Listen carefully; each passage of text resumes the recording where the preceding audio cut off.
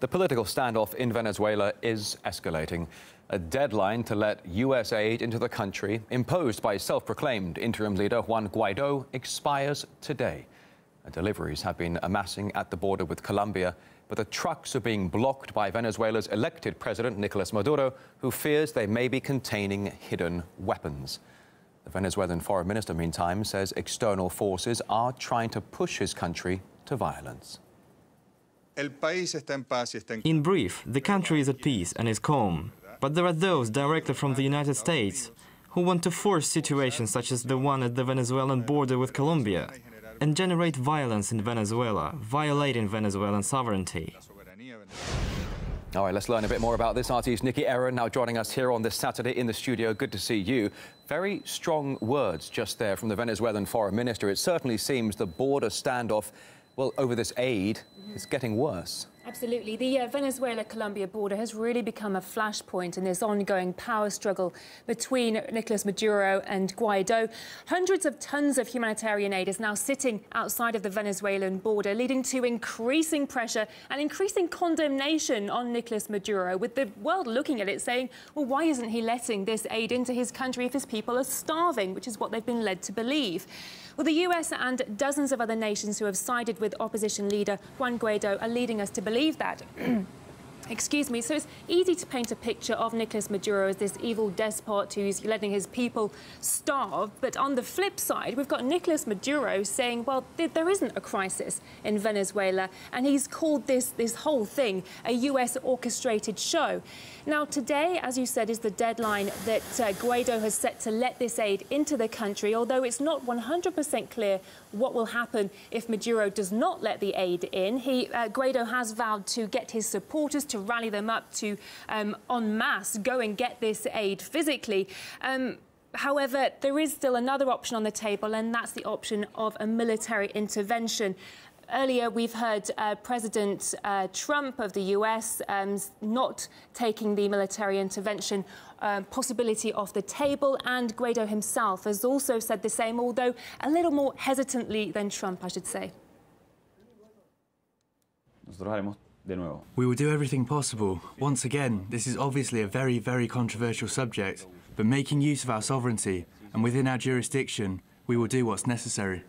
It's interesting to me, Nikki, that in recent days, the elected Venezuelan president, Nicolas Maduro, has said to the EU, any and all aid from the European Union is most welcome. Why is it not most welcome from America?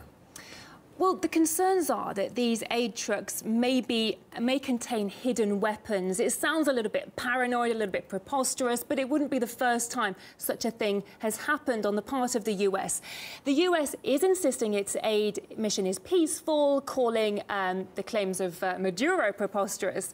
While it would seem that it's the world versus Maduro, not everyone is taking Guaido's side, though. We have the South African ambassador to the UN saying that no aid delivery should be allowed into Venezuela without the permission of Maduro. And there's also those that support Maduro's concerns of an ulterior motive, including Russia.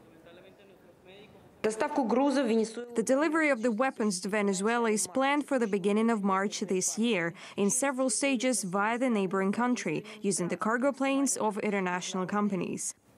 So what we're expecting to see now is whether Guaido will be able to garner enough support to go to get that aid. Remember that the military in Venezuela is still siding with Nicolas Maduro, the elected leader. If this does happen, if Guaido is able to mobilize people, then we could have a very worrisome situation on our hands. Indeed. All right, RT's Nikki Erin, thank you. Well, we did get a reaction to the ongoing aid standoff from historian Kevin Young. What's very clear is that what Washington is trying to do and what the opposition led by Guaido in Venezuela is trying to do is to provoke the Venezuelan government into violence, into repression, into extreme action. Trying to provoke it to do something which could be used as a justification for U.S. military action.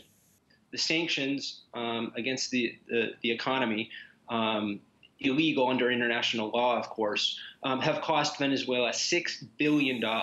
So when you compare that amount to the amount of so-called humanitarian aid that's being pledged from the U.S. and from Richard Branson in this crass political spectacle, it's very apparent that not only is that money a drop in the bucket, comparatively speaking, but the motives behind it are nothing but cynical. If the United States or Richard Branson or the Venezuelan opposition had any interest in helping the people of Venezuela, in helping the cause of economic recovery in Venezuela, they would pressure for an immediate end to U.S. sanctions, which are causing so much damage.